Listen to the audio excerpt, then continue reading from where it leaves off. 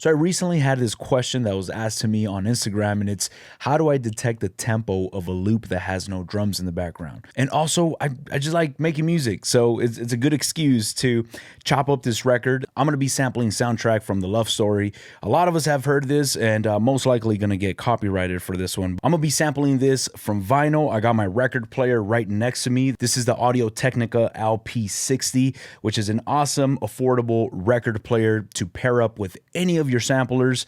If you don't have a record player, I highly recommend start with this Audio-Technica. If you're on a budget, it's a great sounding record player. You just start purchasing some records and start getting that sound when you're sampling. And now, speaking about gear, if you need any piece of audio equipment, go down to the links of my video. I have links to Zounds, which Zounds is the best way to shop for audio gear, especially if you're looking for payment plans. They do not check your background. They won't put your social security number. They go ahead and just ship out the products to you while you start making payments. Make sure you go ahead and check that out. And also, a quick word from our sponsor of today's video. Now, I want to take a quick moment and let you know about DistroKid. DistroKid is a way where you could put out your music and they will distribute your music to all different streaming platforms. Something very cool about DistroKid is not only do they distribute your music, but they also give you lots of tools to have a better reach with your audience or your fan base, or even collaborate with another artist and release something together.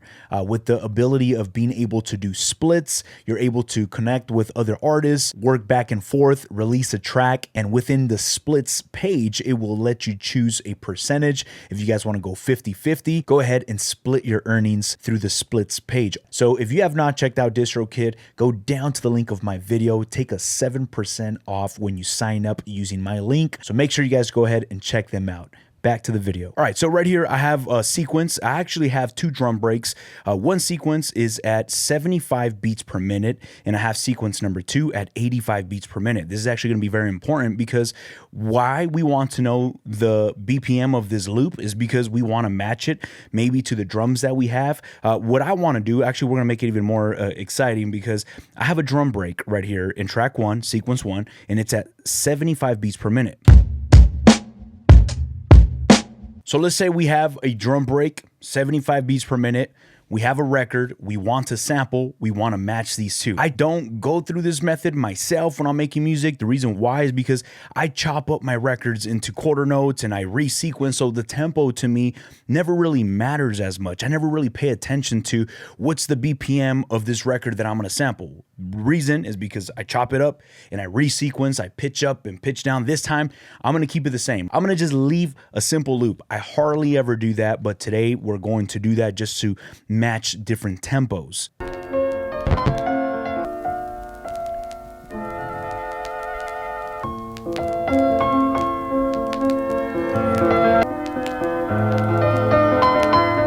All right, we got that right there. I'm gonna go into our editor once we're right here in our sample editor. What I want to do is I want to select first the section, the loop. Is it 1 bar? Is it 2, 3, 4 bars that I'm going to select? I first want to make my selection and be very precise from the downbeat all the way to the end of that selection. This is the way I go about it. I kind of have an idea of what I want. So I'm gonna start it. Let's actually get my downbeat first.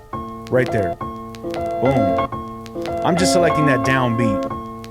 1, 2, 3, 4, 5, 6, 13, 14, 15, 16. Boom. So 16. I counted 16 beats. All right. And now pad 16 is your loop function, a playback. So you could just loop the entire selection you made and make sure that this selection is perfect or as close as perfect, because that's going to matter when we tell or ask the MPC to detect the tempo of this loop. So let's listen to the entire loop and it should sound good, not off beat. 1, 2, 3, 4, 5, 6, 14, 15.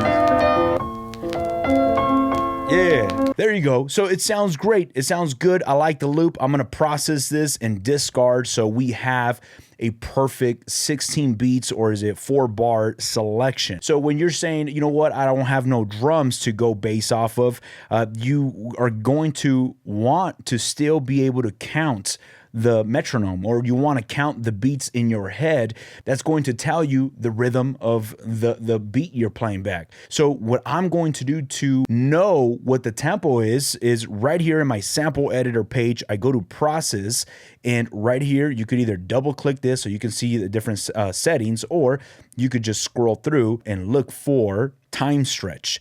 This is awesome. Go to right here to time stretch, and in time stretch, it's going to give you two sections right here. The first section is going to give you the original tempo of this sample. But in order for us to find out the original tempo, we got to put how many beats are in this selection. Remember, I counted 16 beats, so I'm going to put this at 16 beats. Boom. Once I have this at 16 beats, originally this telling me that this tempo is at 80.47 beats per minute. So now we know what the tempo of this loop is, of this record. I didn't pitch this up or down.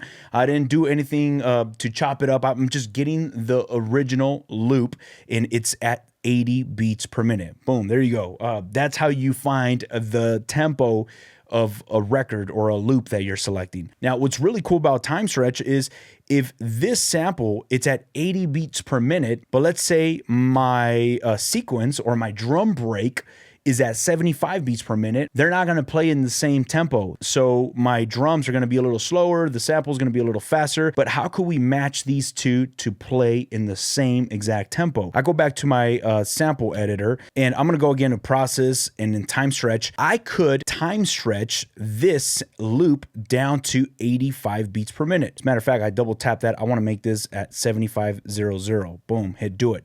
So now it's going to time stretch that audio into 75 beats per minute. What's awesome about time stretch is that there's hardly any audio degradation unless you're going like 20 beats per minute or 25 beats per minute slower. Like, I mean, you're really pushing it at that point, but to go 15, 10, it doesn't really break your audio apart at all. So time stretch is an awesome tool to sync different tempos. So now this loop right here is at 75 beats per minute. Let's listen to it. It sounds the same to me. I'm gonna go back to my main page. In track number 1, we have our drums. Let's go to track number 2 and create a brand new program. And in track number 2, I'm gonna go to my browser and let's look for that sample, which was right here. This is the sample. I'm gonna drag it over to pad C1, whatever, that's where I put it. And in C1, that's where we have that loop. And this loop is at 75 beats per minute because that's what we time stretched it to. So now if I want to drop this loop right here in track number 2, playing with those drums is going to play in sync. And let's go ahead and do that right now.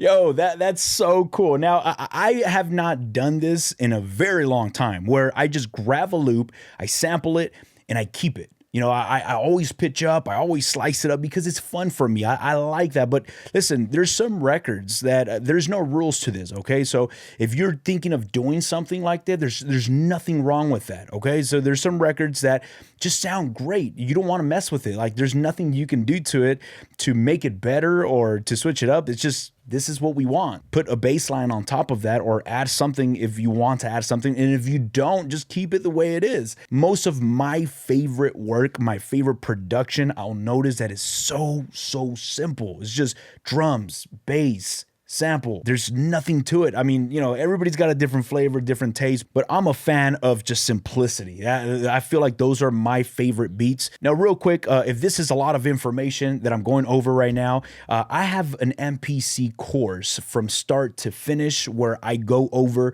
the basics of the MPC workflow. I'm using the MPC 1 Plus, but this will apply for anybody with the MPC Keys or MPC Live. It's just going to be a different layout.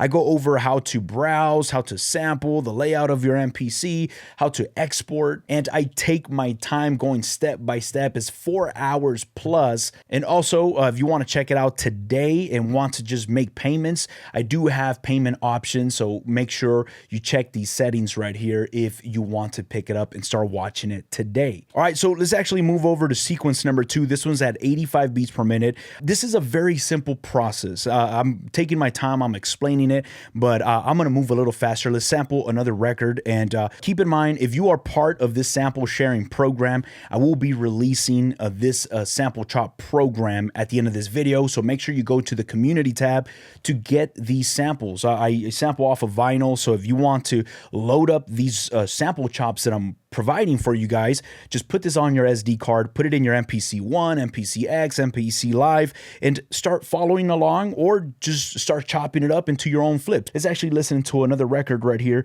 and let's do the same thing.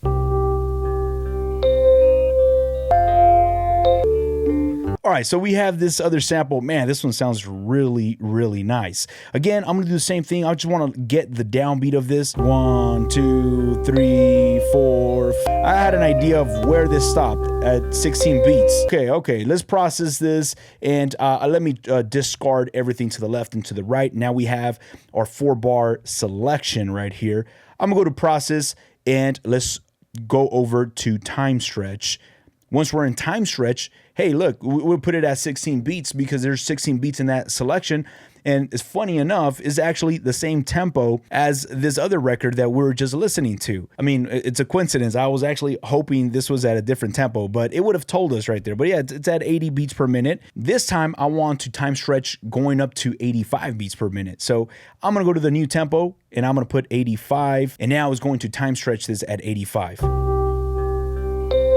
Again, there's no audio change whatsoever. It does a great job. I'm gonna go ahead and from here assign this into A1, hit do it, go to our main page and program number 3. So if I wanna go ahead and just record that, it's going to play in tempo at 85 beats per minute.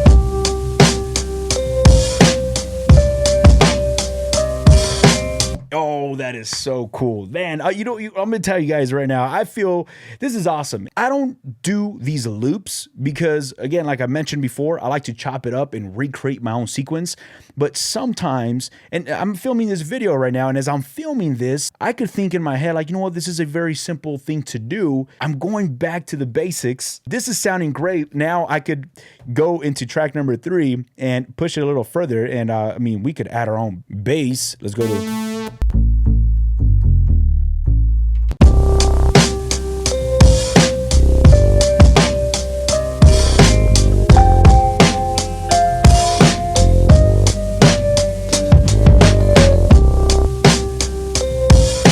Yeah. End of this. A little too much.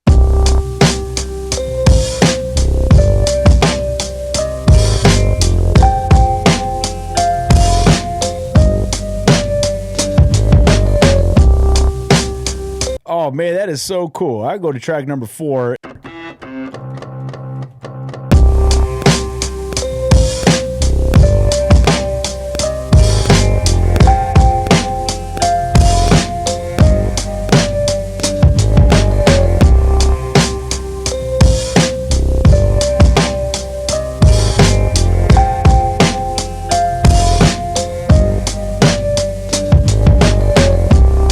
All right, so working with loops, as we just did right here, it's awesome. It's great. I'm using these loops as a foundation, a sound that I want to build on top of. I will be the first one to tell you, listen, there's no rules to what we're doing.